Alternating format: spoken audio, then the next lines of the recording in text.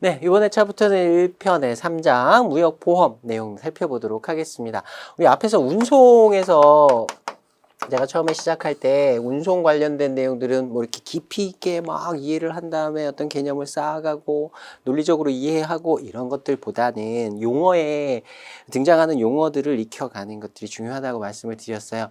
보험 쪽도 마찬가지라고 보시면 됩니다. 특히 보험 쪽에서는요, 용어들이 일상적인 용어가 아니라 특별한 그 자기들끼리 이렇게 쓰는 용어들을 만들어 놓고 의미 부여를 해서 사용하는 용어들이 많기 때문에 운송과 마찬가지로 보험 쪽에서도 일단 최우선으로는 어떤 용어들을 익혀가는 것, 요것들을 중점적으로 좀 살펴보시면 염두에 두고 진행을 하시면 좋겠습니다. 이렇게 여러 번 이것도 역시 마찬가지로 반복을 하면서 익혀가야 되는 개념이니까 한 번에 다 외우겠다라고 들어가서 이렇게 하시는 것보다는 여러 번 나누어 읽으면서 이제 용어들을 익혀가겠다 이렇게 정리하시면 좋겠습니다. 자, 일단 대목차 1번부터 볼게요. 해상보험 계약의 개요 이렇게 돼 있고요. 1번 목차에 보시면 해상보험 계약의 의의 이렇게 나와 있습니다. 자, 양가로 1번 보시면요. 영국 해상보험법에서 MIA라고 표현이 되어 있는데요. 이거는 Marine Insurance Act, 영국의 국내법이에요. 영국에서 규정하고 있는 해상보험법이라는 게 따로 있습니다. 자, 요 관련된 내용 좀 살펴볼 텐데요. 중간중간에 이 MIA의 규정들을 인용하는 경우들이 많이 있을 겁니다. 우리가 계약 쪽에서 CISG의 규정들을 많이 인용해가지고 내용을 살펴본 것처럼 해상운송 쪽에서는 MIA의 내용들을 규정 이런 것들을 가지고 어떤 개념들을 알아보는 내용들이 좀 있을 겁니다. 지금 전 세계적으로 사용하고 있는 특히 해상보험 쪽에서 그 영국의 영향력이 굉장히 커요. 그리고 앞에서 우리가 공부한 대로 협회적하약관이라고 했을 때 그 협회도 영국에 있는 보험자 협회를 의미한다 그랬어요. 영국의 그 ICC 협회적하약관에도 아예 중거법 규정이라는 게 있는데 요거는 세부적인 내용 모르셔도 됩니다. 중거법 규정에 협회적하약관에 이 약관은 영국의 법률과 관습을 따른다 이런 표현들이 들어있어요. 그래서 기본적으로 협회적하약관도 그 MIA를 기초로 하고 있기 때문에 우리가 영국의 다른 나라 국내법이지만 이런 내용들을 본다 생각하시면 되겠습니다.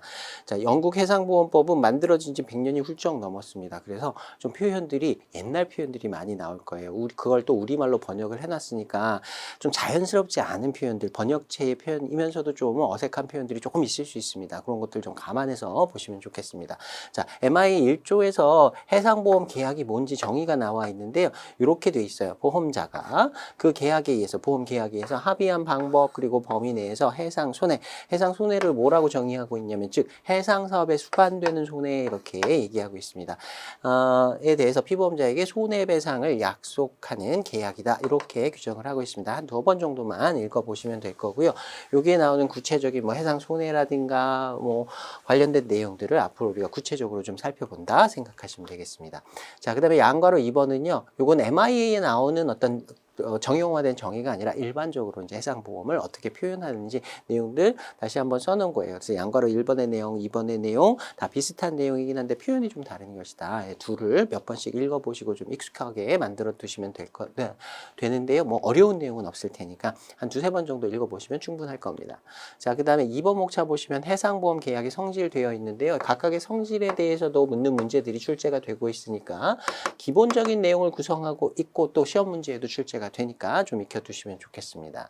자, 해상보험 계약도요. 보험 계약도 낙성, 분료식, 유상쌍 이 원칙적인 우리가 계약에서 배웠던 계약의 성질 이게 그대로 적용이 됩니다. 낙성, 분료식 계약이면서 유상 계약이면서 쌍무 계약이다. 유상이라는 내용에 약간 이제 설명을 조금 드릴게요.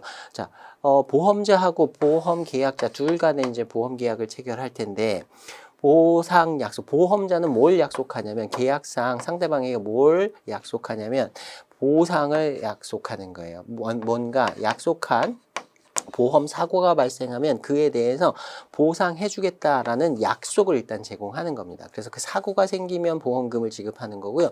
만약에 사고가 생기지 않으면 그냥 끝나는 거예요. 사실 해주는 건 없습니다. 그래서 이건 유상계약이 아니잖아요. 아니에요.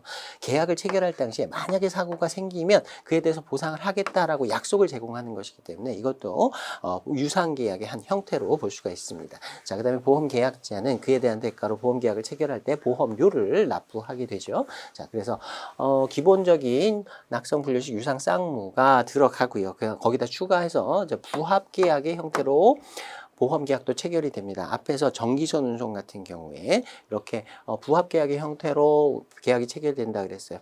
하나 계약 체결할 때마다 계약 건마다 계약서를 별도로 작성하는 것이 아니라 기본적으로 정형화되어 있는 어떤 약관 계약 내용의 조건입니다. 그걸 가지고 정해진 계약 내용을 가지고 그걸 가지고 보험 계약을 체결하는 이런 형태, 이런 걸 부합 계약이라고 했었죠. 자, 그 다음에 보험 계약은 사행 계약의 성질을 갖는다라고 얘기해요. 자, 보험금 지급 의무. 이거는 이제 보험자가 사고가 생기면 보험금을 지급해야 되죠. 근데 보험금을 지급할 의무는 항상 있는 것이 아니라 사고가 발생한 경우에만 보험금을 지급하는 거예요. 근데 그 사고는 생길지 안 생길지 아무도 모릅니다. 보험 계약을 체결할 당시에는 보험자도 모르고요. 보험 계약자도 몰라요. 피보험자도 몰라요. 그 사고가 생길 건 그냥 우연한 확률에 달려 있는 문제예요. 사고가 생길지 아닐지 우연한 확률에 달려 있는 것이기 때문에 약간 도박과 같은 성질을 갖는다. 만약에 사고가 발생하지 않는다고 해도 보험료 납부했던 걸 되돌려 주진 않습니다. 보험료를 받고 그냥 끝나는 거예요. 그래서 사행 계약의 성질을 갖는다라고 얘기하고요. 자, 그다음에 최대 선의의 계약이라는 성질을 또 가지고 있습니다. 보험 계약을 체결할 때 보험 들어보신 분들은 알 거예요. 만약에 뭐 간단하게 자동차 보험 같은 걸 체결한다. 내가 차를 샀어요. 그래서 자동차 보험 들어야 되잖아요. 그리고 보험회사에 전화해가지고 보험계약 체결할 수 있거든요. 우리 낙성 분류식 계약이라고 그랬죠. 전화상으로도 보험계약 체결할 수가 있습니다. 물론 나중에 보험증권을 따로 발행해 주긴 하지만 계약 체결할 때 이렇게 보험계약을 체결하면서 제가 차를 하나 샀어요. 그래서 여기에 대해서 보험을 부부해 주십시오. 자, 근데 이 차가 어떤 차고요? 종류가 어떻고요? 뭐 지금 뭐 망가진 데는 없고요. 이런 것들을 이렇게 전화로 쭉 알려주게 되죠. 근데 보험회사에서 실제로 나왔고 그 차 종류가 맞는지 지금 이 차가 다 망가진 상태는 아닌지 제대로 된 상태인지 이런 걸 확인해 보진 않아요. 그 보험 계약을 체결할 때 보험 계약자가 알려준 사항을 그냥 그대로 믿고 계약을 체결하는 거예요. 그래서 보험 계약을 체결할 때는 특히 보험 계약자가 보험회사한테 자기가 알고 있는 중요한 사항들을 알려주는데요. 숨김없이 선의로 알려줘야 됩니다. 근데 그 선의의 원칙이라고 하는 건 모든 계약에 다 적용되지만 특히 보험 계약에서는 그 선의가 최대한으로 지켜져야 한다. 숨기는 것 없이 있는 그대로를 다 알려야 한다. 이걸 깔고 가는 거예요. 최대 선의에 기초한 계약이다 이렇게 얘기하고요. 이런 최대 선의가 지켜지지 않는다면 보험 계약을 체결할 때 계약자가 알려준 사항이 나중에 알고 봤더니 거짓이었다라고 하면 상대방은 보험 계약을 무효로 만들 수 있습니다. 우리가 이런 알려준 사항을 전제로 보험 계약을 체결했는데 그게 거짓말이었다라고 하면 나중에 다 무효로 만들 수가 있도록 이렇게 만들어 놨어요. 그래서 보험 계약은 최대 선의에 기초한 계약이다. 최대 선의의 계약으로 성질을 갖는다라고 얘기합니다. 자, 그다음에 유한 책임 계약 이렇게 돼 있는데요. 보험자는 보험 계약에서 합의된 금액, 그 보험 금액, 보험금을 지급할 한도를 보험 금액이라고 했었죠. 이 금액을 한도로 보험금을 지급합니다. 그리고 원칙적으로는요. 이 밑에 제가 따로 써놨어요. 손해보상 계약이라고 얘기하기도 해요. 같은 뜻입니다. 유한 책임 계약이나 뭐 손해보상 계약 같은 의미고요. 실손보상 계약이라고 하기도 합니다. 실제로 발생한 손해만큼 보상해 주는 계약이에요. 다른 보험의 종류도 여러 가지가 있을 수 있어요. 뭐 생명보험 뭐 이런 보험들도 있죠. 그런데 지금 우리가 다루고 있는 건 기본적으로 손해보험이거든요. 어떤 재산에 손해가 발생하면 그 손해에 대해서 보상하기로 하는 계약이에요. 원칙적으로 이 손해 그 보험에서는요. 손해본 액수, 손해액만큼만 보상하는 게 원칙이에요.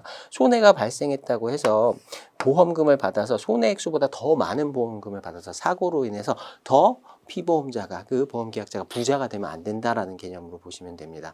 보험계약이 특히 손해보험 계약의 목적은 손해본 만큼을 다시 보상해줘서 사고가 없었던 것하고 동일한 상태로 다시 경제적으로는 동일한 상태로 이렇게 만들어주는 이게 목적이다. 그래서 책임을 G는 한도가 정해져 있다. 유한 책임 계약이다. 이걸 손해보상 계약 또는 실손보상 계약이다. 이렇게 얘기하기도 합니다.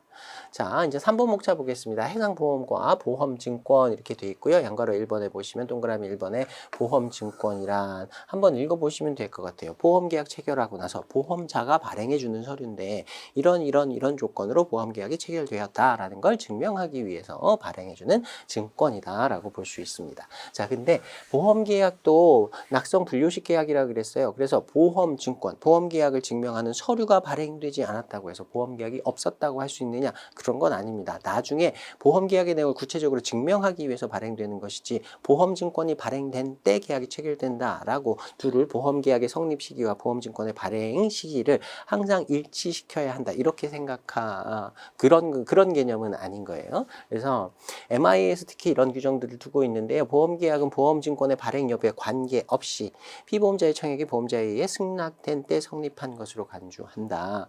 그다음에 보험계약이 성립된 때 혹은 그 이후에도 보험증권은 아무 때나 발행이 될 수 있다라고 해놨어요. 다만 동그라미 2번 보시면요. 해상보험계약은 보험증권에 구현되어야 embodied.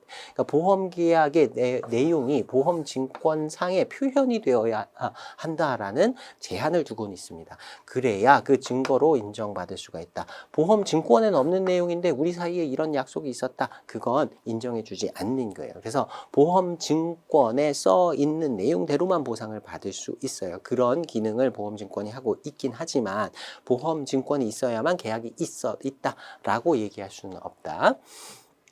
자, 그 다음에 양가로 2번 보시면요. 이제 해상보험의 종류 내용 좀 살펴보도록 하겠습니다. 자, 일단 보험의 종류는 굉장히 여러 가지로 나눌 수가 있는데요. 보험 목적물, 보험 계약을 체결하는 대상물이 뭐냐에 따라서 적하보험, 그리고 선박보험 등등으로 구분을 할 수가 있어요. 특히 해상보험에서는 적하보험, 운송되는 화물에 대해서 보험을 부부하는 거죠. 그래서 카고 인슈런스라고 하고요. 요거는 이제 국제물품 매매 계약에서는 매도인과 매수인, 그 당사자들이 물품을 운송하는 과정에서 그 위험을 보상받기 위해서 체결하는 보험이다라고 보시면 되겠고요. 선박보험은 좀 특이한 용어를 씁니다. hull insurance라는 표현을 씁니다. hull insurance 나면 이거 선박에 대한 보험이구나. 선박보험은 누가 들까요? 선박을 가지고 있는 사람, 선주가 들겠죠. 또는 선박회사, 선사가 보험에 드는 거예요. 그래서 매도인이나 매수인이 부부하는 보험은 아닙니다. 매도인, 매수인이 부부하는 보험은 화물에 대한 적하보험이에요. 이 이외에도 운임에 대한 보험이라든가 뭐 희망이익에 대한 보험이라든가 기타 세부적인 내용이 있을 수 있는데 일단 기본적인 두 가지 정도는 용어 알고 가시면 좋겠습니다. 자, 그 다음에 보험기간으로 분류하는 경우가 있을 수 있어요. 자, 보험기간은 뒷부분에서 다시 한번 다룰 텐데요. 보험기간이라는 건 보험자의 책임이 존속되는 기간을 말합니다. 언제부터 언제까지 보험회사에서 책임져 주겠다라고 정한 기간을 보험기간이라고 불러요. 자, 그 기간을 어떻게 정하느냐에 따라 기간보험, 항해보험으로 나누고요. 그걸 합한 혼합보험이라는 형태도 있을 수 있습니다. 자, 기간보험은 time policy라고 하고요. 기간으로 정하는 거예요. 언제부터 언제까지 책임져 주겠다. 몇 년, 몇 월, 며칠, 몇 시부터 몇 시까지 이런 식으로 기간으로 보험에 부부하는 겁니다. 자, 그 다음에 항해보험이라는 개념이 있는데요. voyage policy라고 합니다. 자, 요거는 일정한 항해, 요거는 특정한 장소를 기준으로 하는 거예요. 어떤 장소로부터 어떤 장소까지 책임을 져주겠다라고 보험자의 책임을 규정했다면 그건 항해보험이라고 볼 수 있습니다. 자, 이 두 가지의 형태를 다 결합하는 것도 있을 수 있어요. 그걸 mixed policy, 혼합보험이라고 하고요. 협회 적하약관은 기본적으로 혼합보험의 형태를 띈다라고 얘기합니다. 나중에 공부할 텐데요. 협회 적하약관에서 보험자의 책임은요. 장소로 기준으로 하는 이 항해보험으로 기준으로 하는 것이 세 가지의 기준이 있고요. 그 다음에 기간보험과 관련된 기준이 하나가 있어요. 그래서 전체적으로 보면 규정의 많은 부분은 항해보험에 대한 규정이 들어있긴 하지만 기간보험에 대한 내용도 들어있습니다. 그래서 원칙적으로는 믹스드 팔리시라고 얘기할 수 있어요. 협회 적하약관의 경우에는 그렇습니다. 자, 그 다음에 양가로 3번 보시면요. 보험 증권의 종류 이렇게 되어 있는데요. 보험 증권의 종류나 보험 계약의 종류나 다 동일한 의미로 보시면 됩니다. 보험 계약이 어떤 내용을 포함하고 있으면 그러한 증권은 어떤 증권이라고 부른다. 이렇게 표현하기 때문에 그냥 보험 계약의 종류 또는 보험 증권의 종류 이렇게 나누는 것도 원칙적으로 같은 의미라고 보시면 돼요. 자, 일단 처음에 기평가, 그 다음에 미평가 이렇게 두 가지 형태로 계약을 체결해서 그때 발행되는 증권을 하나는 기평가, 하나는 미평가 이렇게 부르는 경우들이 있습니다. 자, 기평가는요. 이미 기자를 쓰는 거예요. 이미 평가를 했다라는 의미입니다. valued policy라고 영어 표현으로 쓰고요. 미평가 보험증권은 평가를 아직 하지 않았다라는 거예요. unvalued, 가치가 정해지지 않은 증권이다라는 뜻입니다. 자, 여기서 평가를 하는 대상은요. 피보험 목적물의 가액, 보험체 계약을 체결하는 화물보험이다, 적하보험이다라고 하면 해당 화물이 가치가 얼마냐를 보험계약 체결할 때 정했느냐 정하지 않았느냐 기준으로 나눠보시면 됩니다. 자, 피보험 목적물의 협정이라고 하면 합의라고 생각하시면 돼요. 보험회사하고 피보험자, 보험계약자 간에 계약을 체결할 때 이 물건은 지금 얼마의 가치가 있다. 예를 들어서 뭐 $100의 가치가 있는 것이다 라고 합의를 그냥 한 상태에서 계약을 체결하는 겁니다. 그래서 나중에 사고가 발생하면 이 물품은 $100짜리 물품이라고 보고요.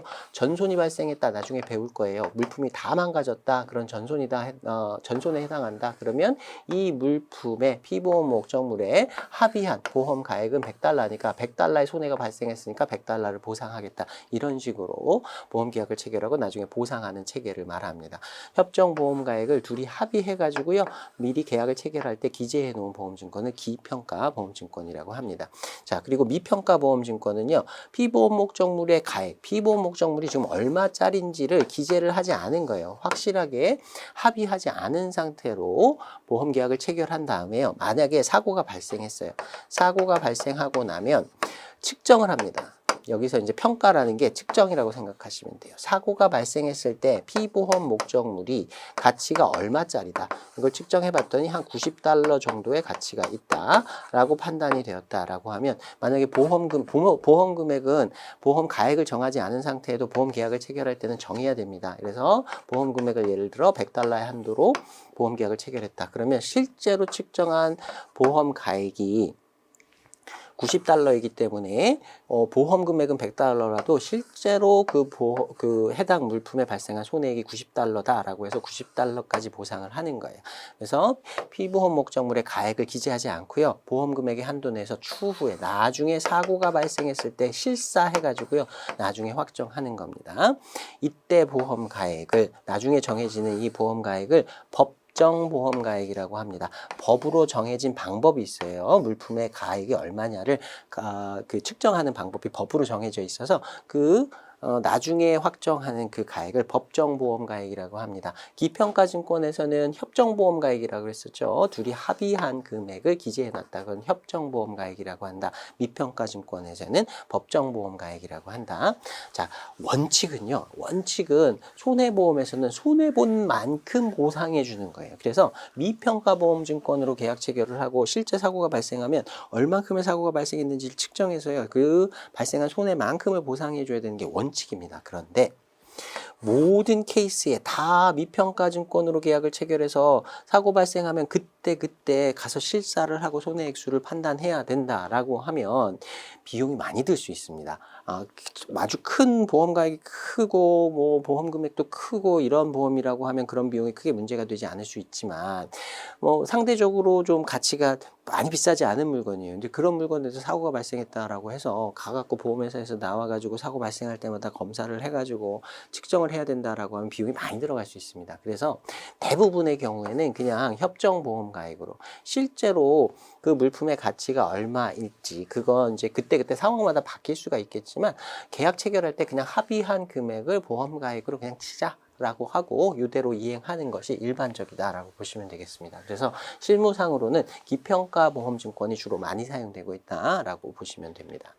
자, 그 다음에 확정보험증권과 그 다음에 미확정보험증권, 예정보험증권이라는 게 있는데요. 그 개념 보겠습니다. 자, 확정보험증권은 definite policy라고 하고요. 이건 보험계약을 체결할 당시에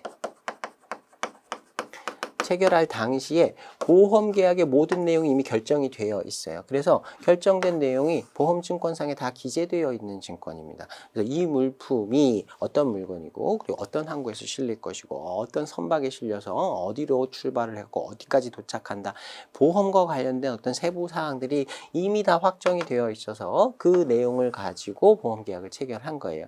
뭐 이런 경우가 가장 뭐 이상적인 형태라고 볼 수도 있어요. 그런데 어떤 경우에는 앞으로 물품을 적재를 할 거야. 내일 적재를 할 건데 내일 적재 끝나고 나서 내용이 다 확정이 되면 뭐 블랙펄이라는 배에 부산항에서 실렸고 항로가 다 정해지고 뭐 이런 것들이 다 정해진 상태에서 그 다음에 보험 계약을 체결해야 한다라고 하면 보험 계약을 체결해야 할 그 시기가 굉장히 짧습니다. 그래서 어떤 특정한 한도 내에 이게 선적이 됐으니까 바로 가서 보험 계약을 체결해야지. 근데 보험 계약 체결하러 가는 동안에 만약에 사고가 생기면 보상을 못 받게 되는 그런 상황이 생길 수 있잖아요. 아직 보험 계약을 체결하지 못했는데 배는 이미 떠났고 뭐 이런 상황도 발생할 수 있기 때문에 일반적으로는 확정보험 증권만 사용하는 것이 아니고요. 그냥 두루뭉실하게 어느 정도 범위 내에서 이 계약이 이행될 것 같다, 운송이 이행될 것 같다라고 하면 그때 미리 보험 계약을 체결할 수 있습니다. 그걸 미확정 보험 증권이라고 해요. 영어로는 floating policy 또는 provisional policy라고 합니다. provisional 하면 예상하다, 예측하다라는 뜻이 있어요. 그래서 앞으로 예상되는 내용에 대해서 보험 계약을 체결한다. float 하면요, 물에 둥둥 떠 있는 상태를 얘기합니다. 그 표현은 이제 그 floating이라는 표현을 부동이라고 번역을 하는데요. 이게 둥둥 떠 있다, 확정돼 있지 않은 상태에서 유동적이다라는 의미로 이해하시면 됩니다. 자, 보시면 보험 계약의 일부 내용이 결정되지 않은 상태에서 미리 발급된 거예요. 우리나라 상법에서도 이런 내용을 가지고 있는데요. 거기서 용어가 있습니다. 선명 미확정의 적하 예정보험이다. 좀 긴데요. 이런 표현을 씁니다. 선명이라는 건 선박명이라는 뜻인데요. 확정되지 않은 게 선박명만을 의미하는 건 아니에요. 사실 선박명이라든가 기타 다른 세부 사항이 아직 확정되지 않은 상태에서 계약을 체결할 때 꼭 선박명이 아니더라도 다른 사항이 미확정이라 하더라도 이런 표현은 그냥 그대로 쓰는 거예요. 대표적으로 선박명을 따서 이렇게 이름을 붙였다 보시면 되고요. 적하 예정보험, 앞으로 이런 식으로 이행이 될 것에 대해서 보험 계약을 미리 체결하는 것이다 라고 보시면 되겠습니다. MI에서는 표현은 floating policy라고 하고요. 이걸 번역해서 부동 보험증권이라고 하기도 하고 또는 선명미상 보험증권이라고 하기도 합니다. 이 용어들은 좀 익혀두시면 좋겠어요. 자, 이런 것들을요, 구체적, 확정적으로 표시하는 게 아니라 포괄적, in general term, 이렇게 포괄적인 좀 두루뭉술하게 써놓고요. 나중에 선박명이나 다른 세부 사항을 추후에 확정 통지, 실제로 이제 이게 어떤 화물이 부산항에서 블랙펄이라는 배에 실려가지고요, 뭐 5월 18일 날 출항을 할 예정이에요. 그러면 앞으로 예정된 사항들을 미리 포괄적으로 기재를 해놓고 실제로 물품이 선적이 돼서 5월 18일 날 항해를 시작했어요. 그러면 나중에 이런 세부사항 확정이 됐잖아요. 확정된 후에 확정 통지라는 걸 피보험자가 보험자한테 declaration이라고 합니다. 확정 통지를 해가지고 나중에 확정을 시키는 거예요. 자, 포괄 예정보험과 대비되는 개념에서 개별 예정보험이라고도 한다. 조금 있다가 이 내용 다시 한번 살펴보도록 하겠습니다. 개별보험, 확정보험, 그 다음에 미확정보험의 개념, 보험계약을 체결할 당시에 세부 내용이 모두 다 확정된 상태에서 그 내용이 다 보험증권에 기재되었느냐, 아니면 일부 사항들을 좀 그 포괄적으로 기재를 해놓고 나중에 확정시키기로 했느냐, 그 차이라고 보시면 됩니다. 자, 그 다음에 개별보험하고 포괄예정보험이라는 게 있어요. 개별보험, 그 다음에 그냥 포괄보험이라고 하기도 하고요. 포괄 예정보험이라고 하기도 합니다. 자, 개별보험, specific policy라고 하는데요. 이거는 한 번의 항해에 대해서 해당 건에 대해서 보험계약을 한 건씩 체결하는, 건당 체결하는 보험계약의 체결 방법이라고 보시면 됩니다. 자, 포괄 예정보험은요, 오픈 커버 또는 오픈 팔리시라고 하는데요. 보험계약을 체결할 때 건건이 체결하는 게 아니고요. 예를 들면 1년 이런 식으로, 우리 회사는 무역을 굉장히 많이 하는 회사예요. 양이 많아요. 수출도 많이 하고 수입도 많이 해요. 그래서 보험계약도 많이 체결해야 돼요. 그때마다 보험계약을 체결하는 게 좀 비효율적일 수 있습니다. 그래서 어떤 특정한 회사 A라는 이제 보험회사하고요, 우리 회사에서 수출입하는 모든 화물에 대해서 1년 동안 그냥 보험에 부부합시다. 미리 계약을 체결해 놓는 거예요. 그러고 나서 실제로 앞으로 어떤 물품을 얼만큼 어디서부터 어디까지 실어 나를지는 계약 체결할 땐 몰라요. 그때는 모르는 상태에서 일단 포괄적으로 기간으로 이렇게 계약을 체결해 놓고요. 실제로 어떤 한 건이 첫 번째 건, 올해 처음 건이야. 요거 부산항에서 출발해서 LA까지 가는 화물이고 A라는 화물이 뭐 $100짜리고요. 뭐 이런 세부적인 내용들이 다 확정이 되겠죠. 그럼 그때마다 보험자한테 확정 통지를 또 하게 되는 겁니다. 자, 요번에요. A라는 물건 100개를 부산항에서 몇 월 며칠에 실어갖고 LA까지 갑니다. 자, 그 다음엔 또 수입건이 있어요. 요거는요, 어디 베트남에서 우리나라 부산항으로 어떤 뭐 B라는 물건이 3,000개가 실려가지고요, 부산항까지 몇 월 며칠에 실려서 어디까지 운송이 됩니다. 이런 내용이 또 다른 계약 경험이 확정이 되면 이걸 또 보험자한테 알려줍니다. 그래서 보험자한테 확정 통지를 이런 식으로 계속 해 나가서 그 기간 동안에 자신들이 수출입하는 모든 물품에 대해서 특정 보험자에게 보험 부부를 하기로 하는 이런 계약을 의미한다라고 보시면 되겠습니다. 자, 이때요. 확정보험, 미확정보험하고 개별 포괄보험하고 조금 연결해 두실 필요가 있는데요. 자, 포괄 예정보험을 처음에 체결할 때는 앞으로 몇 번의 선적이 있을지, 앞으로 어떤 물건을 몇 개를 실어 나를지, 어디서부터 어디까지 실어 나를지 잘 몰라요. 그래서 포괄 예정 보험 계약을 처음에 체결할 당시에는요, 각각 건별들은 미확정 상태입니다. 그리고 나서 나중에 확정을 시켜줘야 그때 확정 보험이 되는 거예요.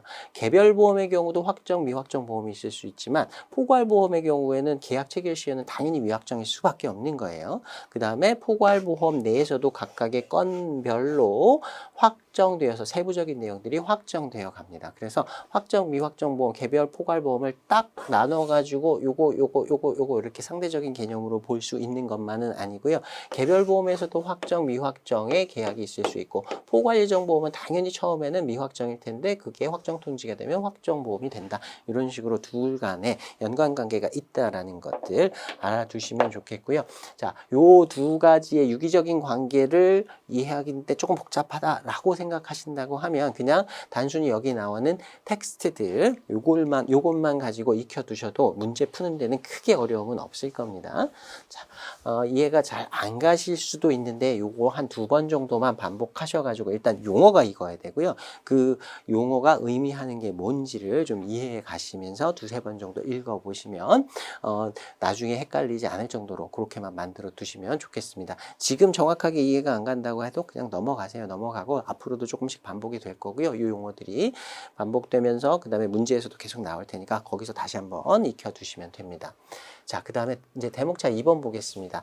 해상보험계약의 당사자 및 용어 정리 이렇게 되어 있는데요. 요건 앞부분에서 우리 1장에서 계약 내용 하면서 무역보험 계약을 체결할 때 계약 조건들에서 보험 조건에서 제가 프린트도 한번 제공을 해드렸었고 관련된 내용들 이미 한번 좀 살펴본 적은 있습니다. 자, 1번 목차에 보시면 양괄호 1번부터 보험자, 인슈어러 또는 어슈어러라고 했고 보험회사라고 생각하시면 되겠죠. 자, 내용 읽어보시면 될 거고요.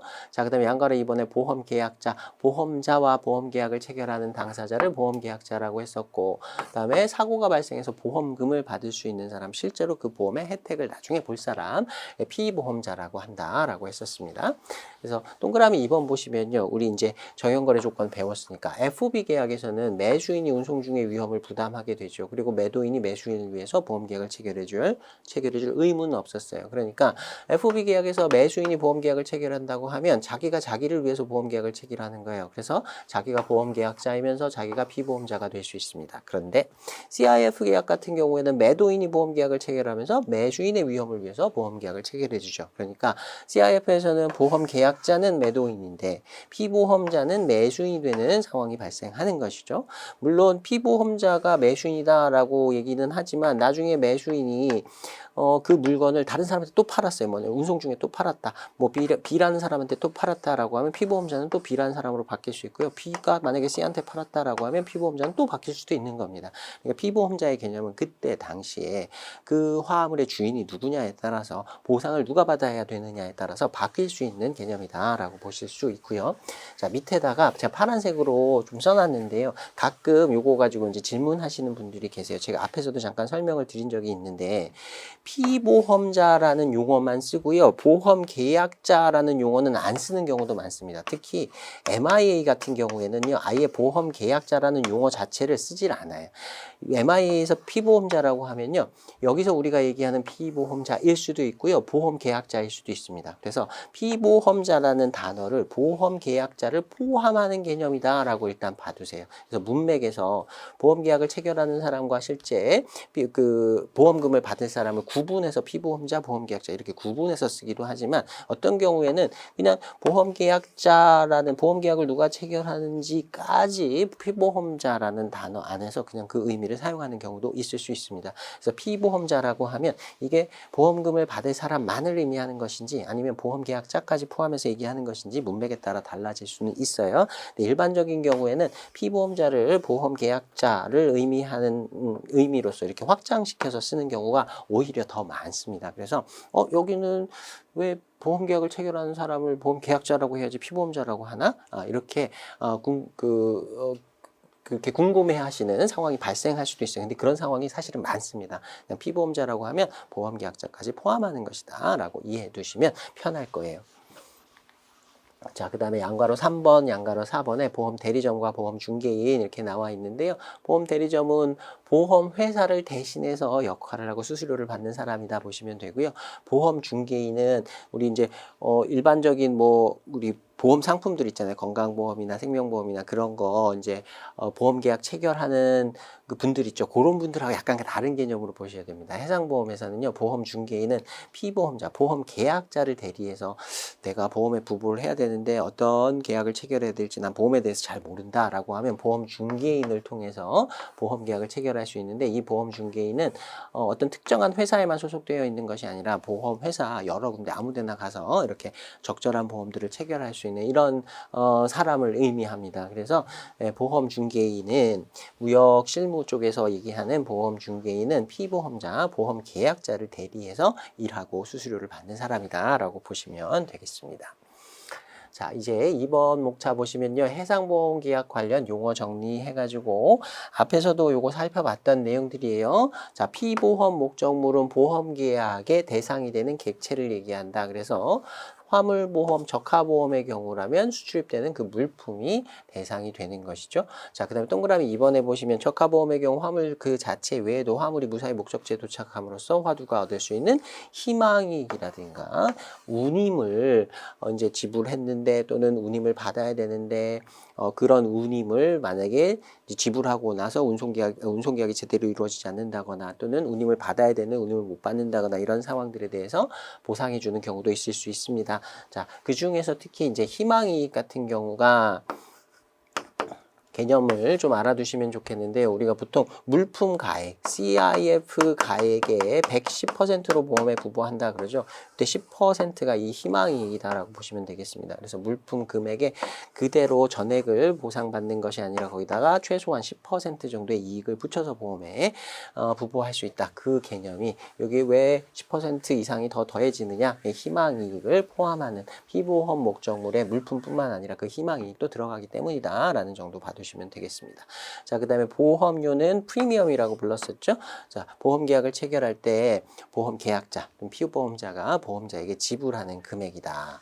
자, 그 다음에 양가로 3번의 보험 가액은 피보험 목적물의 가치를 평가했을 때 금전적으로 평가되는 가치다. 그러니까 피보험 목적물의 금액이다. 얼마짜리냐 그걸 표시한 것이다 라고 보시면 되는 거고요. 자, 그 다음에 양가로 4번의 보험 금액 insured amount는 실제로 보험에 부보된 금액을 말한다. 그래서 보험 금액은 여러 가지 의미가 있을 수 여러 가지 기준으로 표현을 할 수가 있는데요. 실제로는 자, 이런 형태로 생각해 보시면 된다 그랬어요. 보험 가액이라는 게 실제 그 피보험 목적물의 경제적인 가치를 의미하는 것이다. 물품 가액뿐만 아니라 물품의 금액뿐만 아니라 거기 희망이익까지 포함한 이런 금액으로 보험 가액이라는 걸 설정을 한다. 그리고 앞에서 잠깐 봤었죠. 실손 보상 계약이라고 했어요. 그래서 사고가 발생하면 발생한 손해액만큼을 보상하기로 하는 계약이 해상보험 계약이라고 그랬어요. 그래서 손해를 보게 된다면 해당 피보험 목적물의 가액의 한도 내에서 손해가 발생하게 되겠죠. 그러니까 실제로 보험에 부보할 수 있는 부보 금액은 이 보험 가액의 범위 내에서 정해지게 되는 겁니다.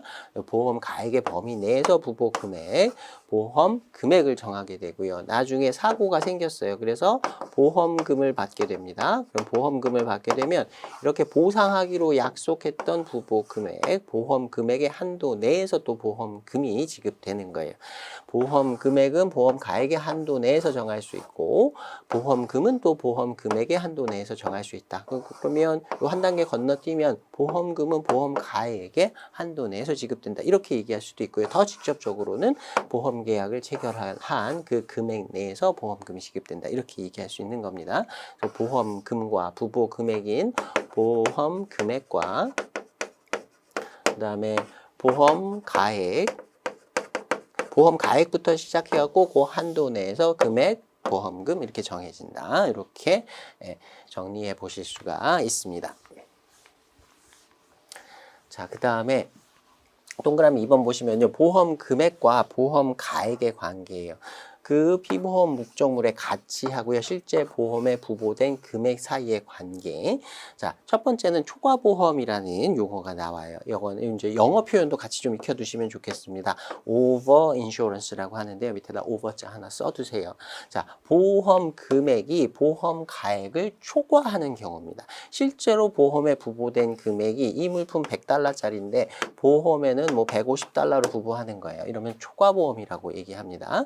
원칙적으로 초과된 금액에 대해서는 보상하지 않는 게 원칙이에요. 근데 이게 꼭 내가 처음에 예상했던 금액 이 보험 가액이 요 관계는 앞에서 말씀드린 그 실손 보상의 그 원칙에 따라서 그리고 미평가 보험증권 관련된 내용 그거 생각해 보시면 되는데요. 보험 가액이 협정 보험 가액이 아니라 둘이 처음에 합의한 금액이 아니라 실제로 사고가 생겼을 때 보험 가액을 평가하기로 했다라고 하면 그 보험 가액이 장소와 시간에 따라서 이렇게 변경이 될 수 있거든요. 그래서 처음에 이때는 둘이 동일하다라고 생각했는데 보험 가액이 줄어들어서 보험 금액은 그대로 있지만 이게 줄어들어 갖고 이렇게 초과보험이 되는 경우도 있을 수 있어요. 자, 아무튼 지금 간단하게만 이해를 하시면 초과보험이 꼭 의도하지 않았는데도 악의가 없는데도 이렇게 발생할 수는 있다. 그런 상황이 있을 수는 있다라는 정도만 봐두시면 될 것 같고요. 선의에 의해서 이걸 일부러 사기치려고 이거 $100짜리인데 $1000로 보험에 부보한 다음에 사고 나면 나 $1000 보상받아야지 이런 식으로 악의가 있었던 경우가 아닌 경우에도 초과보험 발생할 수는 있습니다. 선의에 의한 경우라면 보험료 그리고 보험 가입 금액의 감액 나중에 이제 보험료를 돌려준다거나 아니면 가입 금액 그 보험 금액을 조정한다거나 이렇게 해결을 할 수도 있어요. 근데 초과되는 나중에 보험 가액을 초과하는 보험 금액은 어쨌든 보상하지 않는 것이 원칙입니다. 근데 만약에 이걸 사기로 나는 이거 $100짜리인데 $1000에 보험 부보한 다음에 오고 사고 생기면 돈 많이 받아야지 이렇게 사기로 보험 계약을 체결하면 전부 무효가 될 뿐만 아니라 나중에 처벌받을 수도 있습니다. 보험 사기로. 선의에 의한 경우라면 나중에 보험 금액이 너무 과하니까 그에 대해서 보험료를 납부했으니까 그걸 돌려주겠다. 이런 식으로 해결하는 경우가 많다 보시면 되겠습니다. 자, 그 다음에 전부보험이 가장 이상적인 형태예요. 보험 금액하고 보험 가액이 동일한 경우를 말합니다. 자, 그걸 full insurance라고 하고요. 그 다음에 반대의 경우도 있을 수 있어요. 일부 보험은 보험 금액이 보험 가액보다 적은 경우예요. 이 물건이 $100짜리인데 $50의 보험을 부보하는 겁니다. $80만 보험에 부보하는 거예요. 이거는 보험료를 아끼기 위해서 보험 금액이 작으면 보험 금액을 지급하는 보험금을 지급하는 한도에 소액이라 그랬어요. 그러니까 보험 금액이 작으면 지급될 보험금도 작아지니까 당연히 보험료도 적어질 수 있습니다. 네, 이런 경우도 있을 수 있어요. 만약에 이렇게 일부 보험으로 보험에 부부했는데 사고가 발생했다라고 하면 그 보험 금액과 보험 가액의 비율만큼 보상을 하는 것이 원칙이에요. 뭐 계산식이 나와 있는데요. 계산식을 외우실 필요는 없고 전체 흐름만 보시면 됩니다. 보험금은 그러면 일부 보험인 경우에는 보험금을 어떻게 계산하느냐. 손해가 발생했다고 해서 전부 보험에 다 든 건 아니기 때문에 손해액 전액을 지급하진 않고요. 보험 가액 분의 보험 금액 해서 그 비율만큼 실제로 이 물품이 $100짜리인데 보험 금액은 $50였다. 그럼 50%만 보험에 부부한 거죠. 그래서 손해액이 $100짜리에 대해서 전액 손해가 발생했다 하더라도 보험금은 50%, $50만 보상을 해주는 거예요. 만약에 $100짜리 물건이 반만 망가졌다, $50만큼 손해가 발생했다라고 하면 비율만큼 반만큼 $25만 보험금으로 보상하는 이런 식으로 보상한다라고 보시면 되겠습니다. 자, 일부 보험은요, partial insurance, 일부만 보험에 부부했다라는 의미에서 이렇게 얘기하기도 하고요. 또는 under insurance라고 얘기하기도 합니다. 아무튼 보험 금액이 보험 가액보다 더 작은 경우다. 자, 그 다음에 더블 인슈런스라고 부르는 중복보험이 있을 수 있습니다. 자, 중복보험 뭐냐면요. 피보험 목적물은 하나예요. 근데 보험회사 여러 군데다가 보험 계약을 여러 번 체결하는 거예요. 여러 번 체결하면서 이게 예를 들어서 $100짜리 물건인데요.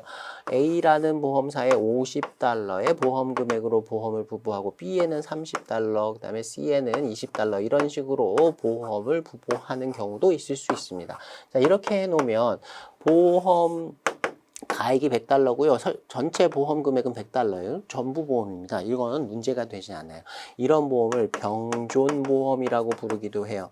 그런데 문제가 되는 건 뭐냐면 $100짜리 물건을 각각의 보험자 3명에게 $50 이런 식으로 각각 보험 금액으로 보험에 부부한 거예요. $150로 부부를 하게 됩니다. 합쳐보면. 그러면 사고가 생기면 $50 해서 $150를 받을 수 있을까? 안 됩니다.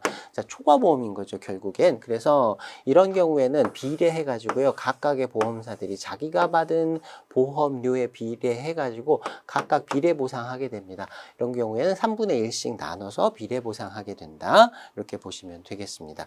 자, 이렇게 중복보험 된 경우 동일한 피보험이 화물은 하나인데 복수의 보험계약, 여러 명의 보험회사와 보험계약을 체결한 거예요. 그리고 그 보험 금액의 합계액이 보험 가액을 초과하게 되는 초과보험인 상황을 주로 이제 중복보험의 문제로 봅니다. 뭐 손해보상 방법에는 이런 여러 가지 이제 그 해결 방법들이 있는데 요거는 그냥 참고만 하고 넘어가셔도 돼요.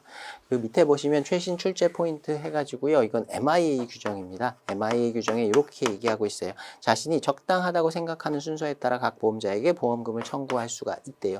그래서 아까 말씀드린 예시에서는 A, B, C 세 개의 보험사의 보험 계약을 각각 체결했는데 초과보험이다, 중복보험이다 라고 하면 그때 각각의 보험사에게 자기가 아무데나 그냥 보상해달라고 요구는 할 수 있어요. 근데 각 보험자는 각각의 보험회사들은 자신이 보험계약상 부담하는 금액의 비율만큼 3분의 1만큼씩만 이런 경우에는 아까 예시에서는 비례적으로 손해를 보상하게 된다. 그래서 전체 초과보험으로 부보된 그 금액 전체를 다 보상받지는 못한다. 자, 그 다음에 양가로 5번 보시면 보험금이죠. 실제 손해가 발생하면 보험자가 지급하는 금액이다. 실제 지급 금액인데 보험 금액의 한도 내에서 지급한다라고 했어요. 자, 그 다음에 양가로 6번 보시면 피보험 이익이라고 하는 개념 앞에서 잠깐 살펴본 적이 있습니다. insurable interest라고 영어 표현으로는 얘기했었고요. 자, 정의를 이렇게 했었죠. 보험 목적물, 피보험 목적물의 보험사고가 발생함에 따라 피보험자가 경제적인 손해를 입게 될 텐데 그 보험 목적물에 대해서 피보험자가 가지는 경제적인 이해관계를 피보험 이익이라고 한다. 말은 굉장히 어렵게 해놨는데요. 어떤 물건이 있어요. 그리고 그 물건이 망가졌어요. 손해가 발생했죠. 그 손해가 귀속되는 당사자가 피보험자죠. 그 피보험자는 이 피보험 목적물에 대해서 피보험 이익을 가지고 있다. 여기 손해가 발생하면 그 손해를 내가 부담해야 되고, 만약에 이게 안전하게 목적지에 도착했다라고 하면 그로 발생하는 물품이 잘 도착해서 내가 그걸 재판매한다든가 뭐 이렇게 해서 얻을 수 있는 이익도 다 피보험자한테 귀속이 되는 거죠. 그래서 그 손해나 이익이 귀속이 되는 당사자는 해당 피보험 목적물에 대해서 피보험 이익을 가지고 있다. 이렇게 얘기합니다.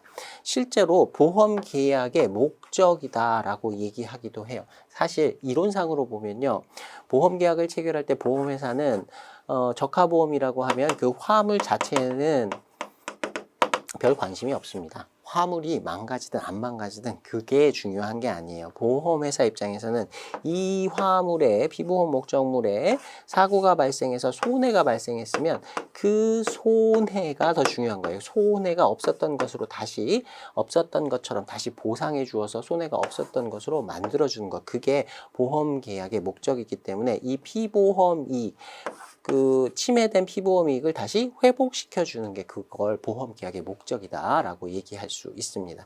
조금 이론적으로 들어가서 얘기하면 그렇습니다. 자, 그 다음에 동그라미 2번 보면요, 실무적으로 그럼 이게 어떻게 그 문제가 되느냐. 피보험 이익이 없는 당사자는 보험금 청구권을 행사할 수가 없습니다. 이게 물품이 망가지든 뭐 어떻게 되든 나하고 아무런 관계가 없어요. 그럼 그 사람은 피보험자가 될 수가 없어요. 그 물품에 손해가 발생했을 때 그 손해를 부담하는 당사자만 보험금을 청구를 할 수가 있게 되는 거고요. 보험계약상의 피보험자가 될 수가 있습니다. 자, 그래서 동그라미 3번 보시면요, 실무에서 CIF 계약을 체결했어요. 매도인이 매수인의 위험을 위해서 보험을 부부해 준 거죠. 운송 중에 물품이 망가지면 그건 매수인이 그 위험을 부담하게 돼 있어요. 그러니까 매수인이 피보험자이면서 그 물품에 대해서 피보험 이익은 매수인이 갖고 있다라고 얘기할 수 있는 거죠. 자, CIF 계약의 경우 해상 운송 구간에서 손해가 발생하면 그 구간에서 피보험 이익을 매수인이 가지므로 매수인이 보험금을 청구할 수 있다. 매도인은 보험 계약을 자기가 체결했지만 자기는 해상 운송 중에는 물품을 본선상에 인도하고 난 다음에 위험이 이전되잖아요. 위험이 이전되고 난 다음에는 매도인은 해당 물품에 대한 피보험 이익이 없는 겁니다. 그래서 피보험자가 될 수가 없어요, 나중엔. 자, 그 다음에 양가로 7번 보시면 보험기간이라는 게 있고요. 양가로 8번 보시면 보험계약기간이라는 게 있어요. 자, 보험기간이라는 건요, 앞에서 잠깐 얘기했었어요. 자, 보험 사고가 발생했다라고 하면 그에 대해서 보상 책임을 보험회사가 져줄 텐데요. 보상 책임을 질 것을 약속해주는 그 기간을 말합니다. 보험자가 책임지는 기간을 보험기간이다라고 얘기합니다. 자, 위험부담의 책임이 존속기간이 된다. 그래서 책임기간 또는 위험기간 이런 식으로도 표현을 하긴 합니다. 자, 그 다음에 양가로 8번에 나와 있는 보험계약기간은요, 보험자가 언제로부터 언제까지 책임진다라는 개념이 아니고요. 보험계약 자체, 보험계약이 언제 성립돼서 언제까지 유효하게 간다. 계약기간을 얘기하는 거예요. 그래서 보험계약을 체결해서 이때로부터 보험계약이 체결되었고 보험계약의 종료 시기는 이때다. 이걸 계약기간이라고 얘기하는 거고요. 보험기간이라고 하는 건 이 계약기간 내에서 보험자가 실제로 책임을 져주는 기간이에요. 그래서 원칙적으로는 둘이 일치한다라고 표현을 하긴 하는데요. 실무적으로 이게 일치하진 않습니다. 항상 좀 달라지는데 특히 이런 경우에 많이 달라져요. 자, 소급보험이라는 개념이 있어요. 자, 소급보험이라는 건 뭐냐면 원칙적으로 자, 항해를 A라는 항구부터 시작해가지고요, B라는 항구까지 갈 거예요. 그러면 나는 여기서부터 여기까지 이 구간에 대해서 보험에 부보하고 싶어요. 이 구간에 대해서 보험을 부보할 텐데 보험을 부보하려면 그러면 여기서부터 보상을 받아야 되니까 보험 계약을 이때 체결해야 되겠죠. 선박에 물품을 적재하기 할 때 하는 시점 또는 그 이전에 보험계약을 체결해야 될 거예요. 그런데 나중에 소급보험이라고 해가지고요, 배는 이미 떠났어요. 배는 여기 있습니다. 이때 계약을 체결하는 거예요. 이때 보험계약을 체결하면서 보험계약의 내용에서 보험자가 책임은 선적 시로부터 져주는 거예요. 이렇게 보험계약을 체결할 수 있습니다. 해상보험에서의 특이한 제도고요. 보험 계약은 나중에 체결하지만 보험자가 책임은 이때로부터 져주는 이런 식으로 계약을 체결할 수도 있다. 다만 요 구간 있잖아요. 배가 이제 항해를 시작해가지고 보험계약을 체결하게 될 때까지 요때까지 사고가 발생했는지 어쩐지 모든 상태에서 보험계약을 체결했었어야 돼요. 피보험자가, 보험계약자가. 만약에 나는 원래 보험에 들 생각이 없었어요. 근데 운항을 시작하고 나서 3일 있다 사고가 발생했다는 소식을 들었어요. 근데 아직 뉴스에 안 나왔어요. 보험회사에서 아직 몰라요. 빨리 가가지고 보험계약을 체결하면서 이렇게 소급보험으로 계약을 체결했다. 이건 사기입니다. 이거는 나중에 무효가 돼요. 이렇게 하면 안 되고요. 사고가 있었는지 없었는지 모른 상태에서 그때 나중에 보험계약을 체결해도 책임기간은 이때로부터 이렇게 설정할 수가 있어요. 이걸 소급보험이라고 합니다. MIA에서는요. 요거를 lost or not lost, 사고가 발생해서 손해가 있었는지 손해가 없었는지 잘 모르는 상태에서 나중에 보험계약을 체결하는 것이다 라고 해서 lost or not lost 조건으로 보험계약을 체결한다 라고 표현합니다. 그걸 소급보험이라고 해요. 자, 소급보험의 형태에서는 계약은 이때 체결했죠. 그래서 계약기간은 이때로부터 시작해요. 근데 책임기간, 보험기간은 이때로부터 시작합니다. 둘이 다르죠. 둘이 기간이 일치하지 않습니다. 자, 그 다음에 예정보험 개념 앞에서 살펴봤어요. 포괄예정보험 해가지고 계약기간을 1년으로 설정을 했습니다. 1년으로 설정했는데 1년 동안 항상 보험자가 계속 책임을 져주는 건 아니에요.